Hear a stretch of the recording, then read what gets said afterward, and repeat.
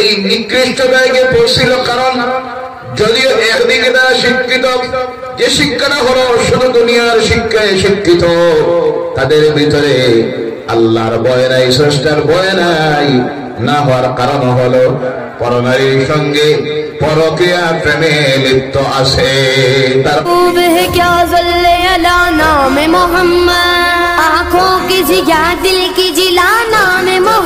তাদের মধ্যে নাই, যে না থাকার কারণে তাদের ভিতরে থেকে চলে গেছে আল্লাহর ভয়, স্রষ্টার ভয়। আর ওই স্রষ্টার ভয় যখন মানুষের অন্তর থেকে চলে যায়, তখন সেই ব্যক্তি আল্লাহর নাফরমানি করতে তার কোনো অসুবিধা হয় না। এর কারণে ইসলামের শিক্ষা হলো জ্ঞান অর্জন করতে হবে দুই প্রকার। কয় প্রকার? কথা বলেন, কয় প্রকার? একটা হলো দুনিয়ায় চলতে গিয়া আপনার যে প্রয়োজনীয়তা আছে, সেই প্রয়োজনীয়তা মেটানোর জন্য রাজনীতি, ব্যবসা, চাকরি, শ্রমজীবী, লেবার, কৃষক, রাজনীতিবিদ, যে পন্থায় আপনি যাবেন, যে পেশায় যাবেন, চলতে গিয়ে আপনার যে জ্ঞানের প্রয়োজন প্রথম, সেটা হলো দুনিয়ার জ্ঞান, যেটাকে বলা হয় জেনারেল এডুকেশন। এর কারণে জেনে রাখবেন, আল্লাহ রাসূল সাল্লাল্লাহু আলাইহি সাল্লাম বলছেন, তালাবুল ইলমি ফারিয়াদাতুন আলা কুল্লি মুসলিম ওয়াল মুসলিমাত, প্রত্যেক মুসলমান নর এবং নারীর জন্য জ্ঞান অর্জন করা ফরজ। এই জ্ঞান কোন জ্ঞান? আল্লাহ রাসূল অন্য জায়গায় হাদিসে আসতেছে, আল্লাহ রাসূল বলছেন, আমার সাহাবীরা, প্রয়োজনীয় জ্ঞান অর্জনের জন্য যদি শুধু চীনে যাইতে হয় তাহলেও যাও।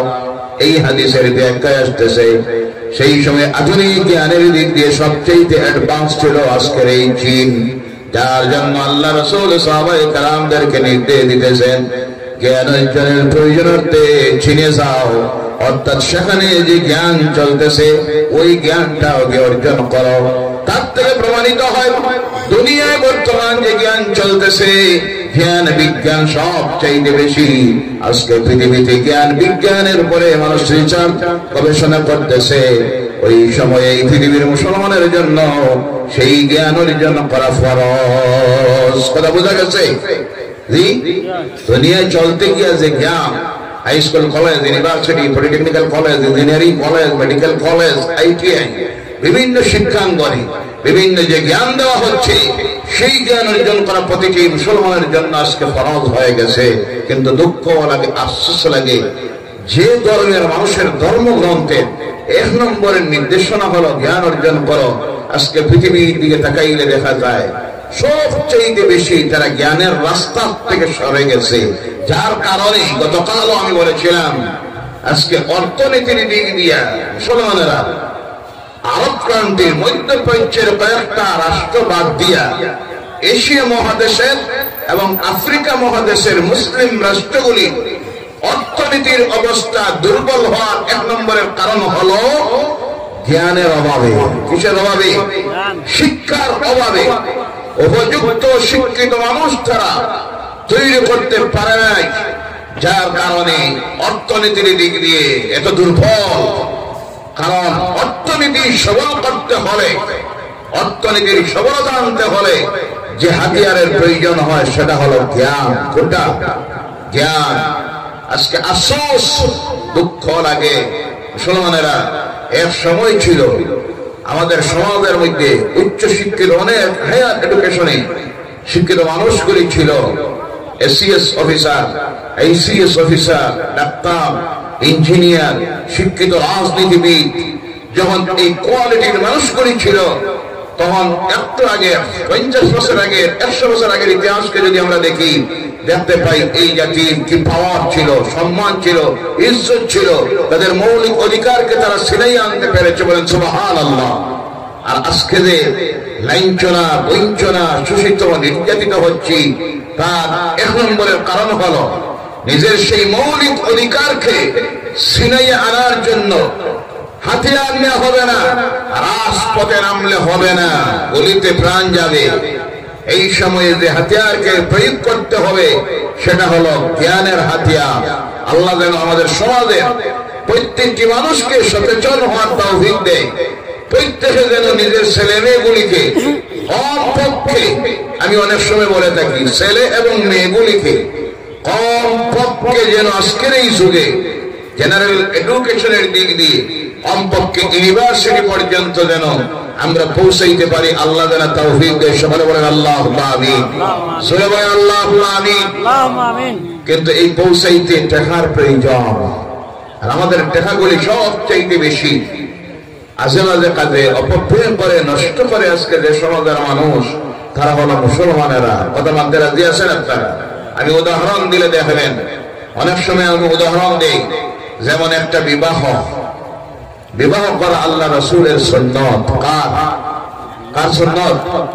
আল্লাহ রাসূলের সুন্নাত হলো একটা বিবাহ করতে গিয়ে মানুষ লাগে কয়জন? জি, বিয়ে শাদী করছেন আপনারা? এটা সামনে যারা আছেন বিয়ে শাদী করছেন না? কেউ করছেন না? যাই হোক, করবা আগে গিয়ে। বিবাহ করতে গিয়া মানুষ লাগে তিনজন। কয়জন? একজন উকিল, দুইজন সাক্ষী, না আরো বেশি লাগে? তিনজন। বেশির থেকে বেশি খুতবা পাঠ করার জন্য বা বরকতের জন্য মসজিদের ইমাম সাহেব বা আরো কিছু মুরব্বীরা 10-15 জন হইলে বিবাহ হয়নি না? না, কথা বলেন। কিন্তু আজকে আমাদের বিবাহ সাথে করতে গিয়ে লাগে 40টা গাড়ি, আছে না নাই? জি, বরের সঙ্গে যাইতে লাগে 200 বরযাত্রী, গাড়ি ভাড়া সহ বরযাত্রী যাওয়া খরচ হইল 1 লক্ষ টাকা। নাউজুবিল্লাহ বললেন না? এই অপচয়ের কোন প্রয়োজন আছে? নাই। এরপরে বরের পক্ষ গেল পাত্রীপক্ষের বাড়িতে, কইনার বাড়িতে যাওয়ার আগে জানাইয়া দেওয়া হয় আমরা আসতেছি, 150 মানুষ, ভালোভাবে খাবার দাবারের ব্যবস্থা করবা। এই দাবি করে কইনা পক্ষের কাছে গিয়া দাওয়াত খাওয়া হলো হারাম। মনে থাকবো? জি, কইনার বাড়িতে গিয়া এখানে খাওয়া হালাল না হারাম? ভালোভাবে বলেন হালাল না হারাম? যদি তারা স্বইচ্ছায় দাওয়াত দেয় যে বিআই সাহেব আপনি আইবা, আইতে 150-200 মানুষ আনবা, এটা আলাদা ব্যাপার। তোমার পক্ষ থেকে যদি ডিমান্ড দেওয়া হয় আমরা আইমো 200 মানুষ, আমার অনেক আত্মীয় স্বজন আছেন, কুটুম্ব আছেন, আমার ছেলের বন্ধু বান্ধব আছে, আপনি কমপক্ষে 200 মানুষের খানির আয়োজন করবেন, এই কথা বলে গিয়ে খাওয়া হারাম হারাম হারাম। ওই না পক্ষের বাড়িতে যাওয়া হারাম। সে ভদ্রলোক নিজের জীবনের চিন্তায় পারিবারিক শান্তি নষ্ট হতে পারে, এই চিন্তায় খানির ব্যবস্থা করলো, তার খরচ হয়ে গেল 2 লক্ষ টাকা। কয় লক্ষ? বেকার গেল, এর কোনো প্রয়োজন নাই। প্যান্ডেল, রাস্তার থেকে লাইট, গেট, প্যান্ডেল 1 লক্ষ। কয় লক্ষ? 1 লক্ষ। বরযাত্রী গিয়া যখন গাড়ির থেকে নামে বিবাহ বাসরে ঢুকবে, হোটেলে হোক বাড়িতে হোক, তখন প্যান্ডেলের সামনে 10,000 টাকার বম মারা হইল রাসূলের সুন্নাত। আছে না নাই? কথা বলেন। নাউযুবিল্লাহি মিন যালিক। বম মারে, এই পরিমাণ মারে, কোন সময় মসজিদে নামাজের জামাত চলতেছে, আযান হচ্ছে, সামান্য লক্ষ্য নাই, হাজার হাজার টাকার বম পাঠতেছে। একবার যদি চিন্তা করতা, শূন্য করুন, আত্মীয় স্বজনকে খাওয়ান।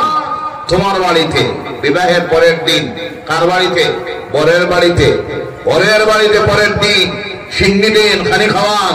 আল্লাহ রাসূল বলছেন এই সিন্নির নাম হলো, এই দাওয়াতের নাম হলো ওলিমার দাওয়াত। আর দাওয়াতের মধ্যে সবচেয়ে বরকতময় সিন্নি হলো দাওয়াত, হলো ওলিমার দাওয়াত। বলো সুবহানাল্লাহ। সুবহানাল্লাহ। সেদিকে নাই।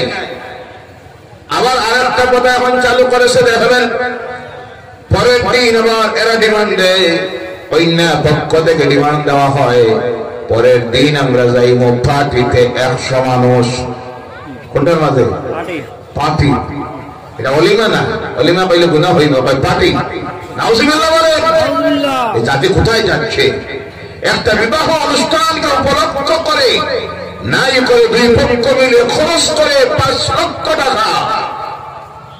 আমি বলে থাকি ওই 5 লক্ষ টাকা যদি একটা বার তুমি সেভ করতা, বাঁচাইতা, আর চিন্তা করতা এই পয়সাটা আমার ছেলের পিছনে খরচ করব, মেয়ের শিক্ষার পিছনে খরচ করব, ছেলেটাকে মেয়েটাকে নাম করা কোন ইংলিশ মিডিয়াম সিবিএসই কোর্সে চলে, স্কুলে এডমিশন দিব 50,000 টাকা দিয়া, আর বাকি 3 লক্ষ টাকা দিয়া তার একটা ডাক্তার বানাইব, ইঞ্জিনিয়ার বানাইব, নতুবা সায়েন্টিস্ট বানাইব।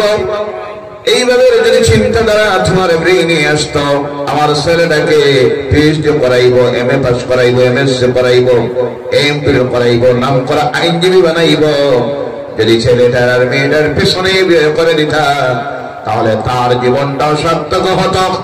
তোমার জীবনে কবরে যাওয়ার পর কাজে আসতো, সমাজের কাজে আসতো, জাতির কাজে আসতো, রাষ্ট্রের কাজের মধ্যে আসতো। কথা কি না? এরপরে কি পরিমাণ খায়। অন্য যারা আছে দেখেন একটা বিয়া শাদী শেষ করে দেয় এক ফাটা দিয়া। আর আমরা স্বাভাবিক যদি বিবাহ হয়, কয়টা গরু? কয়টা? 2টা, না হয় 1টা। সবে বড় তাইলে তো মাশাআল্লাহ 1 গাঁও 10টা।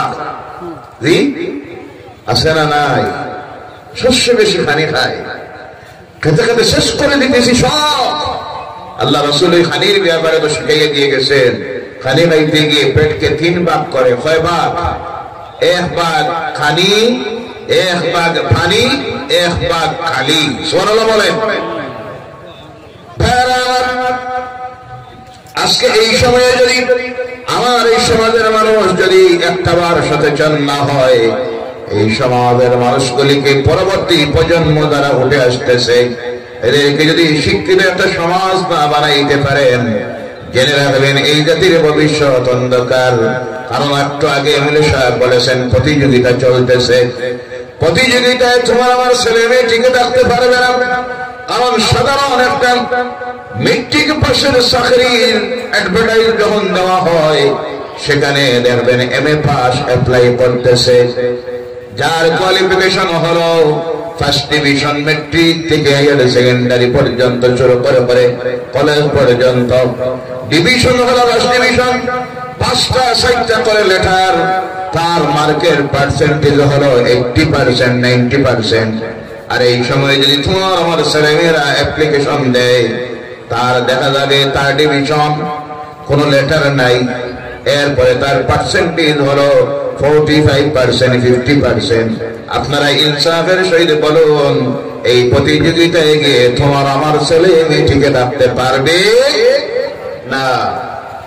এডমিশনের ব্যাপারে আজকে বঞ্চিত আমাদের ছেলেমেয়েরা। নামি দামি college, university, medical college, engineering college, polytechnical কলেজে অ্যাডমিশন পায় না। তার কারণ হলো অ্যাডমিশন হওয়ার মতো যোগ্যতা নাই। সংক্ষেপে বলতেছি, সচেতন হন, খানে কমান, অপব্যয়কে কমান, নিজের ছেলে মেয়েগুলির ভবিষ্যৎ গড়ে তুলুন। কারণ যেভাবে বঞ্চনা লাঞ্ছনা চলতেছে, শোষণ চলতেছে, এর থেকে যদি নিজেকে পরিত্রাণ দিতে হয়, এইভাবে মানুষগুলি তৈরি করতে হবে, এইভাবে শিক্ষিত একটা পাস তৈরি করতে হবে, যারা এই অন্যায়ের বিরুদ্ধে রুখে দাঁড়াবে, নিজের মৌলিক অধিকারকে, সাংবিধানিক অধিকারকে আদায় করতে পারে। এভাবে মানুষ আমরা তৈরি করতে হবে। আল্লাহ যেন তৌফিক দেন, বলেন আল্লাহুম্মা আমিন। 2 নম্বরে হলো বলতে পারেন আমেরিকার মানুষ, ইউরোপের মানুষ শিক্ষিত, এরপর কেন আল্লাহর নাফরমানির দিকে যায়? তার কারণ হলো তাদের মধ্যে ধর্মীয় জ্ঞানের কোন ব্যবস্থা নাই। এর কারণে জেনে রাখবেন, একটা মানুষ যদি এমএ পাস করে নে, বিএ পাস করে নে, এমবিবিএস, এমফিল পাস করে নে, কিন্তু তার মধ্যে যদি ধর্মের জ্ঞান না থাকে, তার নৈতিক চরিত্রের কখনো পরিবর্তন হবে। কারণ নৈতিক চরিত্রের পরিবর্তনের জন্য প্রয়োজন হলো আল্লাহ প্রদত্ত ওহীর জ্ঞান, আল্লাহর কালাম, কোরআনের জ্ঞান। ধর্মের জ্ঞানবিহীন মানুষগুলি জন্তু জানোয়ারের মতো হয়ে যায়। এর কারণে অনেক মানুষ দেখবেন অনেক উচ্চ শিক্ষিত, জেনারেল এডুকেশনের দিকে দিয়ে, কিন্তু তার চরিত্র, তার খাসলত দেখবেন অনেক শিক্ষিত মানুষ, কিন্তু মা বাবা গ্রামে তাকে কোনো খবর নেই না। অনেক শিক্ষিত কিন্তু মদপান করে, অনেক উচ্চ শিক্ষিত নিজের স্ত্রী করে রাখিয়া পরনারীর সঙ্গে পরকীয়া প্রেমে লিপ্ত আছে। তার নবিयों से